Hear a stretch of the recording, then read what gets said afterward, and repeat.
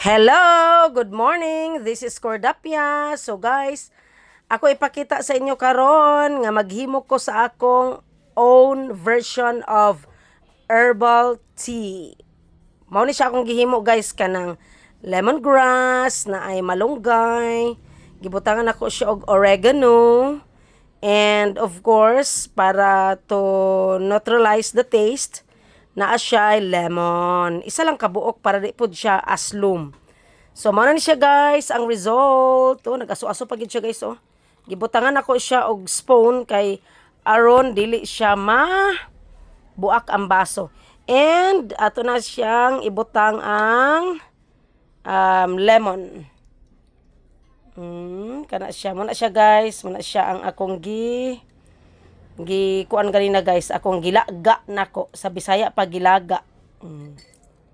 Butangan nako siya ana. And then of course, butangan nato og natural honey. Honey. Gamay lang kay para di sad guys siya ingon nga kuan. Di ba? Inana ra guys ang lemongrass, ang tanglad, mao ni siya ang cleansing sa atong lawas.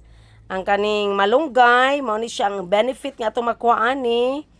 Makakuha ta ani og to boost our immune system or to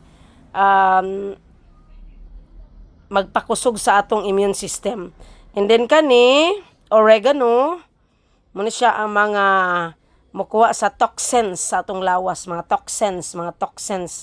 Kanang gipangkaon nato no, mga toxins. And of course, ang lemon rich in vitamin C to neutralize the taste. And para di sad kay siya ingon nga langto, dili kay siya ingon nga pait.